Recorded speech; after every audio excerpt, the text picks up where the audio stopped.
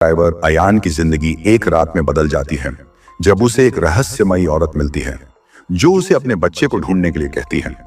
जैसे जैसे रात बढ़ती है, अयान का सामना अंधेरे में छिपे रहस्यों और खौफनाक परछाइयों से होता है।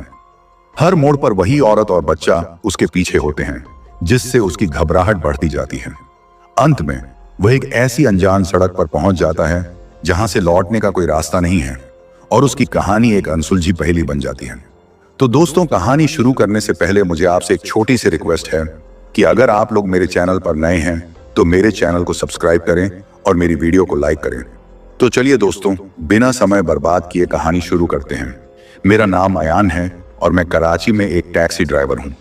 मेरी जिंदगी बेहद सामान्य तरीके से गुजर रही थी जब तक कि पिछले साल एक रात ने सब कुछ बदल कर रख दिया। उस रात का हर पल अब भी मेरी यादों में ताजा है। वो रात करीब 11:30 की थी। मैं सड़कों पर सवारी ढूंढ रहा था क्योंकि घर जाने से पहले कुछ और पैसे कमाने का इरादा था। ठंडी हवाएं चल रही थीं और सड़कें लगभग खाली थीं। अचानक मेरे टैक्सी के पास एक औरत ने हाथ दिया। उसने सफेद सलवार कुर्ता पहना हुआ था और उसकी आंखों में एक अजीब सा दर्द दिख रहा था। उसने मुझे बताया कि उसे गुलशन ए इकबाल जाना है। उसकी आवाज बहुत धीमी थी, जैसे वो किसी गहरे सदमे में हो। मैंने उसे टैक्सी में बैठा लिया। शुरुआत में सब कुछ सामान्य लग रहा था। मैंने रेडियो चालू किया ताकि माहौल थोड़ा हल्का हो जाए, लेकिन उसने तुरंत कहा, रेडियो बंद कर दीजिए, मुझे शोर पसंद नहीं। मैंने बिना कोई सवाल किए रेडियो बंद कर दिया। रास्ते में उसने बहुत कम बात की, बस कभी कभी अपने हाथों को घूरती रहती, जैसे कुछ सोच रही हो। जब मैंने उससे पूछा कि वो इतनी रात को अकेली कहाँ जा रही है, तो उसने धीमे से कहा, मुझे अपने बच्चे को देखने जाना है, वो इंतजार कर रहा होगा।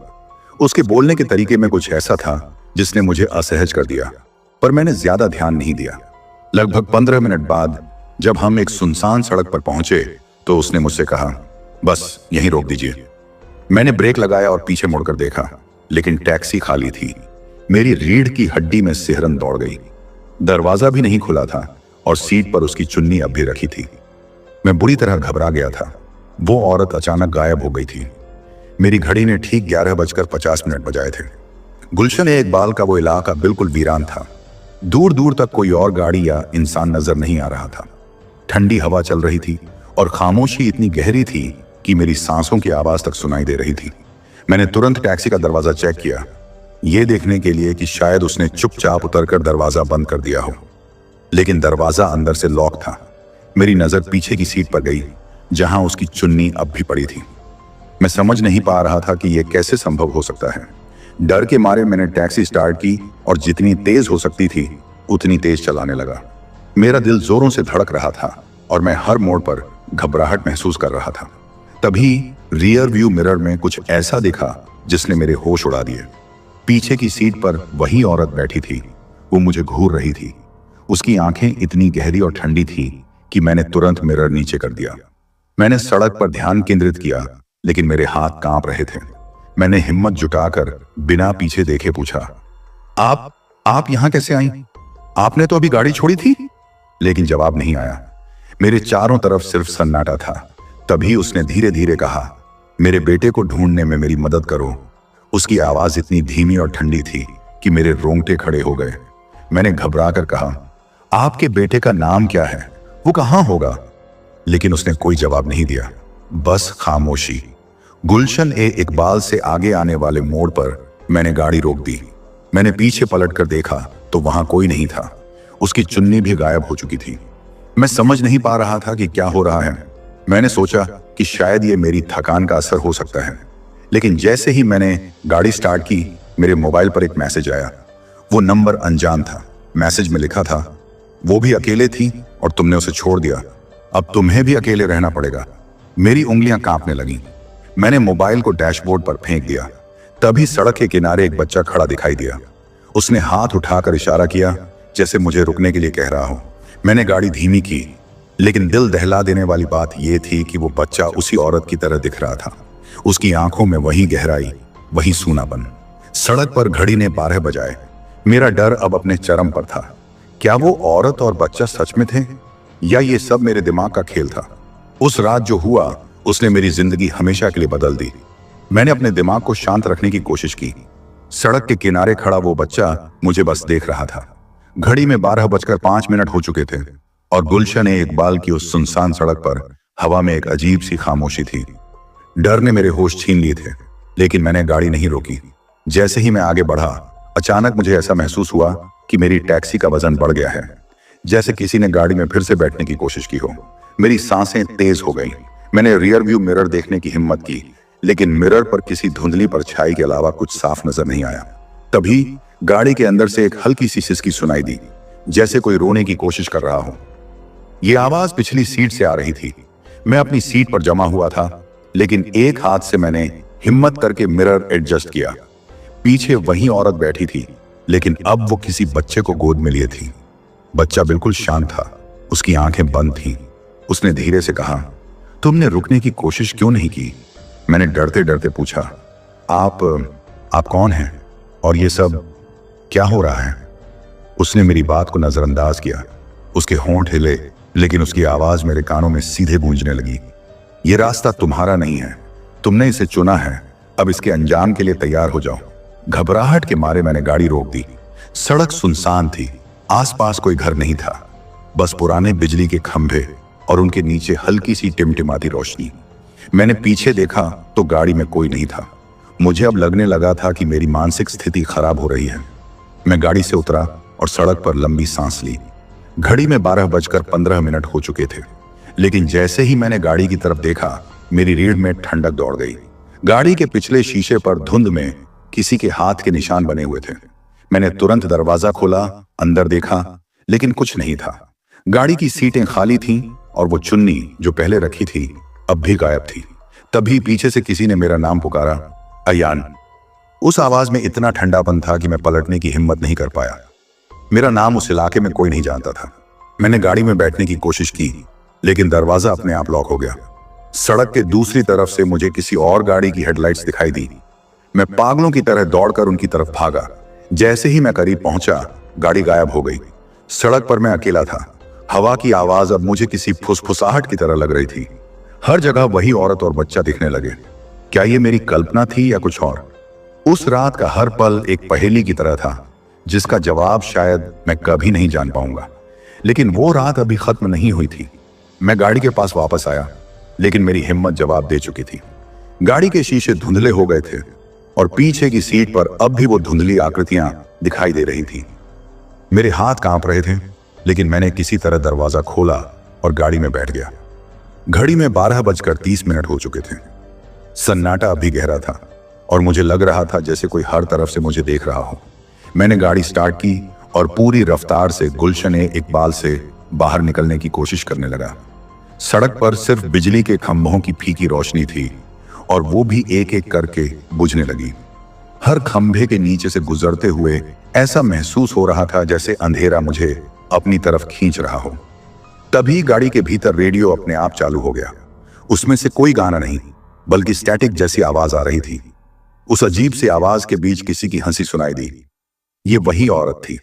मैंने तुरंत रेडियो बंद करने की कोशिश की, लेकिन बटन काम नहीं कर रहे थे। फिर एक तेज चीख गूंज उठी।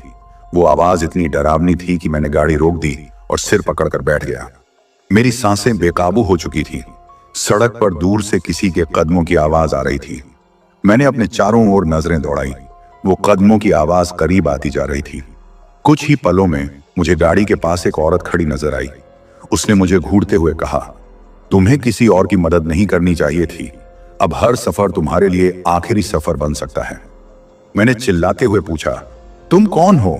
मुझे क्यों परेशान कर रही हो? उसने जवाब नहीं दिया, बस गाड़ी के दरवाजे के पास खड़ी होकर मुझे देखती रही। उसकी आंखें लाल हो गई थीं और उसके होंठ हल्के हल्के हिल रहे थे, लेकिन आवाज सुनाई नहीं दे रही थी। तभी गाड़ी का इंजन बंद हो गया। सड़कों की रोशनी पूरी तरह से बुझ चुकी थी। घड़ी में 12:45 हो चुके थे। आसमान में चांद बादलों के पीछे छिप गया था और अंधेरा इतना घना हो गया था कि हाथ को हाथ नहीं सूझ रहा था। मैंने खुद को संभालते हुए गाड़ी से बाहर निकलने का सोचा। जैसे ही मैंने दरवाजा खोला, वो औरत गायब हो गई, लेकिन पीछे की सीट पर वही बच्चा बैठा हुआ था। इस बार उसने अपनी आंखें खोल रखी थी। उसकी आंखों में ऐसा शून्य था जैसे वो मेरे भीतर झांक रहा हो। बच्चे ने धीरे से कहा, मुझे मेरी माँ चाहिए। मेरी हालत खराब हो गई। मैंने कांपते हुए कहा, तुम्हारी माँ कहाँ है? उसने मेरी ओर इशारा किया। मैंने पीछे मुड़कर देखा तो सड़क के किनारे वही औरत खड़ी थी। उसकी परछाई लंबी और भयानक थी। उसने मुझे घूरते हुए कहा, तुम भाग नहीं सकते। मैंने तुरंत गाड़ी स्टार्ट की और पूरी ताकत से वहां से निकल गया, लेकिन अब सड़क पर कुछ भी सामान्य नहीं था। हर मोड़ पर वही औरत खड़ी नजर आ रही थी, कभी बच्चे के साथ, कभी अकेले। घड़ी में 1 बज चुके थे। मेरा शरीर अब जवाब देने लगा था, लेकिन मैं जानता था कि अगर मैंने रुकने की कोशिश की तो यह सफर यहीं खत्म हो जाएगा। आगे क्या हुआ यह बताने के लिए शायद मैं पूरी तरह तैयार नहीं हूं, लेकिन उस रात ने मुझे एक सबक सिखा दिया। कराची की सड़कों पर रात के सफर में कुछ कहानियां अधूरी छोड़ देनी चाहिए। मैंने गाड़ी की स्पीड बढ़ा दी, लेकिन सड़कें जैसे खींचने लगी थी।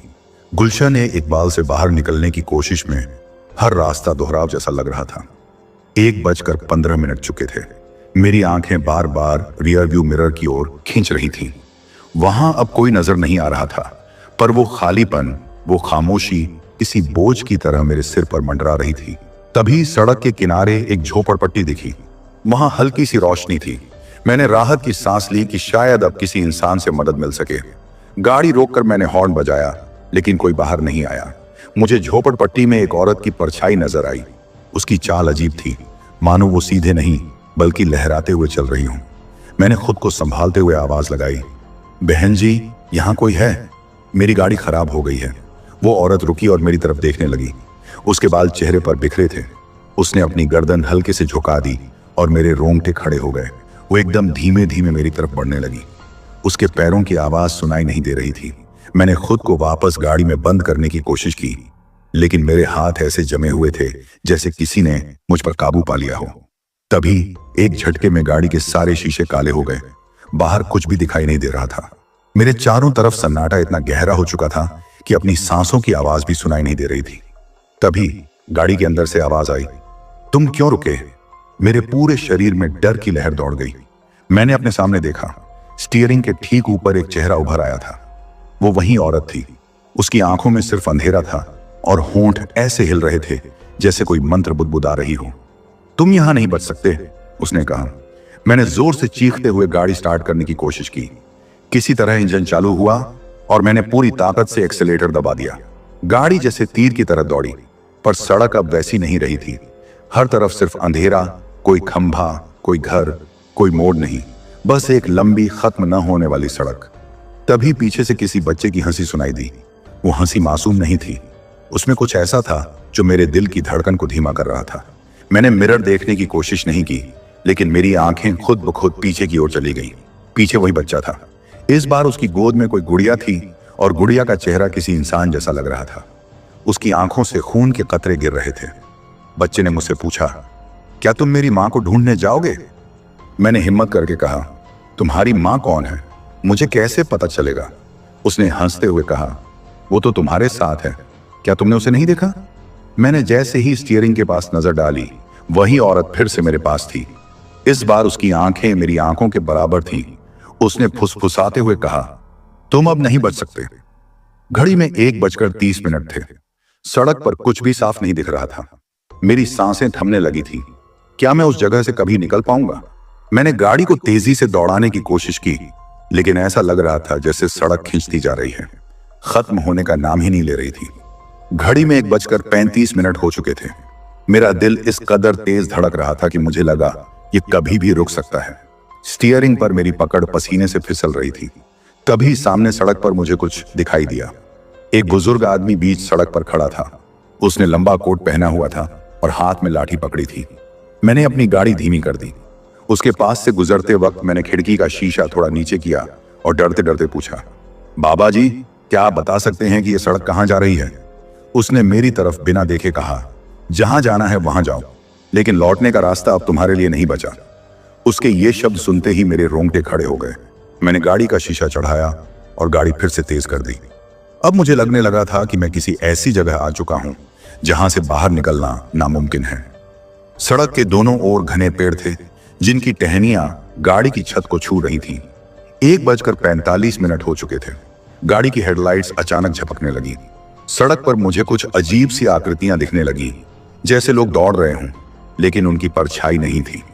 मैंने जितनी तेज हो सकता था गाड़ी की स्पीड बढ़ा दी। फिर गाड़ी के अंदर से किसी की आवाज आई, तुम बच नहीं सकते। ये आवाज अब मेरे चारों तरफ गूंजने लगी थी। ऐसा लग रहा था जैसे गाड़ी के हर कोने से कोई बोल रहा हो। मैंने एक बार फिर रियर व्यू मिरर देखा।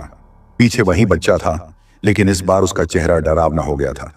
उसकी आंखों से खून बह रहा था और उसने अपनी छोटी उंगलियों से मुझे इशारा किया। उसने कहा, मुझे मेरी मां चाहिए, उसे बुलाओ। मैंने कांपते हुए कहा, मुझे नहीं पता तुम्हारी मां कौन है, मुझे जाने दो। उसने फिर से वही डरावनी हंसी निकाली। तुम्हारी मंजिल यहीं खत्म होती है। तभी गाड़ी अचानक रुक गई। इंजन ने पूरी तरह से काम करना बंद कर दिया। मैं घबरा गया और बाहर निकलने की कोशिश की, लेकिन गाड़ी का दरवाजा लॉक हो चुका था। चारों ओर सिर्फ अंधेरा था। मैंने खिड़की से झांककर बाहर देखा। सड़क पर वही औरत खड़ी थी। उसने धीरे धीरे गाड़ी की तरफ बढ़ना शुरू किया। इस बार उसके चेहरे पर कोई भाव नहीं थे, लेकिन उसकी आंखें मेरे सीने के आर पार देख रही थीं। तुमने मेरी मदद नहीं की, उसने कहा। मैंने डरते डरते कहा, तुम मुझसे क्या चाहती हो? मैंने तुम्हें कुछ नहीं किया। उसने गाड़ी के शीशे पर अपना हाथ रखा। शीशा पिघलने लगा। उसके हाथ के निशान जैसे आग में बदल गए। अब मेरे पास कोई रास्ता नहीं बचा था। मैंने अपनी आंखें बंद कर लीं और सोचने लगा कि ये सब खत्म हो जाए। घड़ी में 2 बज चुके थे। बाहर क्या हो रहा था मुझे कुछ समझ नहीं आ रहा था, लेकिन यह सफर जो मैंने कभी सामान्य समझकर शुरू किया था, अब मेरी जिंदगी के सबसे खतरनाक मोड़ में बदल चुका था। गाड़ी के शीशे पर उसके जलते हुए हाथ का निशान अब पूरी तरह फैल चुका था। अंदर घुटन महसूस होने लगी थी, जैसे ऑक्सीजन खत्म हो रही हो। घड़ी में 2:10 हो चुके थे। मेरा दिमाग सुन्न हो चुका था और हर पल ऐसा लग रहा था कि यह मेरी आखिरी रात होगी। तभी गाड़ी के अंदर अजीब सी ठंडक महसूस हुई। ऐसा लगा जैसे कोई अदृश्य ताकत मेरे बगल में बैठ गई हो। मेरी नजर स्टीयरिंग से हटकर फिर से रियर व्यू मिरर पर गई। इस बार मिरर में मुझे कोई और नहीं बल्कि खुद को देखकर झटका लगा। मेरा प्रतिबिंब मुस्कुरा रहा था, लेकिन मैं नहीं।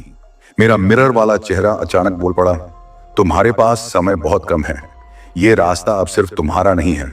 मैंने तुरंत मिरर हटा दिया और जोर से चिल्लाते हुए गाड़ी का दरवाजा खोलने की कोशिश की। जैसे ही मैंने बाहर कदम रखा, मुझे महसूस हुआ कि मैं अब किसी और जगह पर था। सड़क का वो हिस्सा अब बदल चुका था। चारों तरफ धुंध थी। गाड़ियों का कोई नामो निशान नहीं था। यहां तक कि आसमान भी काला पड़ चुका था, जैसे कोई ग्रहण लग गया हो। मैंने हिम्मत जुटाकर सड़क पर थोड़ा चलने की कोशिश की। हर कदम के साथ मेरी घबराहट बढ़ती जा रही थी। तभी पीछे से किसी के रोने की आवाज आई। ये एक बच्चे की आवाज थी। मैंने पलटकर देखा। एक छोटी सी लड़की सड़क के किनारे बैठी थी। उसने गुलाबी रंग की फ्रॉक पहनी हुई थी और उसके बाल बिखरे हुए थे। उसने मुझे देखकर कहा, भैया, मेरी मां खो गई है, क्या आप मेरी मदद करेंगे? मेरा दिल धड़कने लगा। मुझे समझ नहीं आ रहा था कि यह सब सच है या मेरे दिमाग का कोई खेल। मैंने डरते हुए पूछा, तुम्हारी मां कहां गई?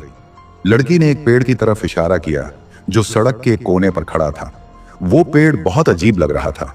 उसकी शाखाएं इंसानी हाथों की तरह थी, जो जैसे किसी को पकड़ने की कोशिश कर रही हों। लड़की ने कहा, वो वही हैं। मेरे कदम उस पेड़ की तरफ बढ़ने लगे, लेकिन हर बार जब मैं करीब पहुंचता, पेड़ और दूर जाता लगता। लड़की अब भी मुझे देख रही थी, लेकिन उसकी आंखें अब लाल हो चुकी थीं। उसका चेहरा धीरे धीरे बदल रहा था। 2:25 हो चुके थे। मैंने गाड़ी की ओर भागने की कोशिश की, लेकिन गाड़ी अब वहां नहीं थी। मुझे अचानक एहसास हुआ कि मैं बिल्कुल अकेला था। तुम कहीं नहीं जा सकते, एक आवाज गूंजी। ये वही औरत थी। वो पेड़ के पास खड़ी थी। अब उसका चेहरा बिल्कुल विकृत हो चुका था। उसकी आंखों से काले आंसू गिर रहे थे और उसके बाल हवा में लहरा रहे थे। तुमने मेरी मदद नहीं की, अब तुम्हारी कहानी यहीं खत्म होगी, उसने ठंडी आवाज में कहा। मैं चिल्लाते हुए अपने कानों को पकड़कर बैठ गया। घड़ी में 2:30 बज चुके थे। धुंध और गहरी होती जा रही थी। मुझे लगा कि यह जगह मुझे पूरी तरह निगलने वाली है, लेकिन तभी एक ट्रक की हेडलाइट्स दूर से दिखाई दी। मैंने अपने सारे डर को नजरअंदाज करते हुए ट्रक की तरफ दौड़ना शुरू किया। पर क्या वो ट्रक मेरी मदद करेगा या यह भी एक और धोखा था? मैंने अपनी पूरी ताकत लगाकर ट्रक की ओर दौड़ना शुरू किया। 2:35 चुके थे और ऐसा लग रहा था कि यह मेरी आखिरी उम्मीद थी। ट्रक की हेडलाइट्स तेज थीं, लेकिन जैसे जैसे मैं करीब पहुंचा, वो रोशनी धुंधली होने लगी। मैंने चीखते हुए हाथ हिलाया, रुको, प्लीज मुझे बचा लो। ट्रक धीरे धीरे मेरी ओर आकर रुका। ड्राइवर ने खिड़की से सिर बाहर निकाला।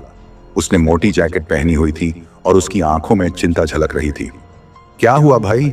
इतनी रात को यहाँ क्या कर रहे हो? उसने पूछा। मैंने हाँफते हुए कहा, मुझे यहाँ से निकलना है, ये जगह सही नहीं है। ड्राइवर ने बिना कुछ पूछे मुझे ट्रक के अंदर बिठा लिया। ट्रक में बैठते ही मैंने महसूस किया कि हवा अब हल्की हो गई थी। घड़ी में 2:40 थे। ड्राइवर ने गाड़ी स्टार्ट की और बोला, तुम किस रास्ते से आए हो? यह सड़क आमतौर पर लोग दिन में भी नहीं चुनते। मैंने उसकी बात सुनी, लेकिन मेरा ध्यान ट्रक के शीशे पर गया। पीछे की ओर वही औरत खड़ी थी। उसकी आंखें अब भी मुझ पर जमी हुई थी और उसके होंठ हिले जैसे उसने कहा हो, तुम बच नहीं सकते। मैंने अपनी आंखें बंद कर ली और सिर झुका लिया। ड्राइवर ने पूछा, क्या हुआ? तुम ठीक लग नहीं रहे। मैंने डरते डरते कहा, क्या आप पीछे देख सकते हैं? क्या कोई खड़ा है? ड्राइवर ने शीशा देखा और हंसा। पीछे तो कुछ भी नहीं है भाई, तुम शायद थकान की वजह से कुछ ज्यादा ही सोच रहे हो। आराम करो। उसकी बातों ने मुझे थोड़ा सा सुकून दिया। मैंने खुद को समझाया कि शायद ये सब मेरा भ्रम था। ट्रक अब तेजी से सड़क पर चलने लगा। सड़क की रोशनी धीरे धीरे बेहतर होने लगी और दूर से शहर की हल्की रोशनी दिखने लगी। ड्राइवर ने मुझसे पूछा, तुम्हारा घर कहाँ है? मैं तुम्हें वहां छोड़ दूंगा। मैंने उसे अपना घर का पता बताया, जो कराची के गार्डन एरिया में था। करीब 15 मिनट बाद हम एक पेट्रोल पंप पर रुके। उसने मुझसे कहा, थोड़ा पानी पी लो, तुम डर के मारे कांप रहे हो। मैं ट्रक से उतरा और पानी की बोतल खरीदी। पेट्रोल पंप पर कुछ और लोग थे और उनकी मौजूदगी ने मुझे थोड़ा सहज कर दिया। लेकिन जैसे ही मैं वापस ट्रक के पास आया, मेरी नजर ट्रक के पिछले हिस्से पर पड़ी। वहां वही बच्चा बैठा हुआ था। उसकी आंखें सीधी मेरी ओर देख रही थी। मैंने घबराकर ड्राइवर को बताया, पीछे वो बच्चा है, क्या आपने उसे देखा? ड्राइवर ने मेरी ओर ध्यान से देखा और धीरे धीरे कहा, तुम ठीक तो हो भाई? यहां कोई बच्चा नहीं है, चलो मैं तुम्हें घर छोड़ दूं। मैंने अपने दिमाग को शांत रखने की कोशिश की और ट्रक में बैठ गया। ड्राइवर ने गाड़ी फिर से स्टार्ट की। इस बार सड़क पूरी तरह खाली थी और दूर से सुबह की हल्की रोशनी दिखने लगी थी। घड़ी में 3:15 हो चुके थे। मैंने सोचा कि शायद ये सब एक बुरा सपना था, लेकिन मेरे दिमाग में अब भी वो औरत और बच्चा थे। उनके चेहरे बार बार मेरी आंखों के सामने आ रहे थे। गार्डन एरिया पहुंचकर ड्राइवर ने ट्रक रोका। उसने मुझसे कहा, अब आराम करो, जो कुछ भी हुआ उसे भूल जाओ। मैंने उसे शुक्रिया कहा और ट्रक से उतर गया। लेकिन जैसे ही मैं अपने घर के दरवाजे पर पहुंचा, मेरी जेब से कुछ गिरा। वो वही चुन्नी थी जो गाड़ी में पीछे पड़ी थी। मेरे कदम रुक गए। मैंने उस चुन्नी को देखा और महसूस किया कि ये कहानी अब भी खत्म नहीं हुई है।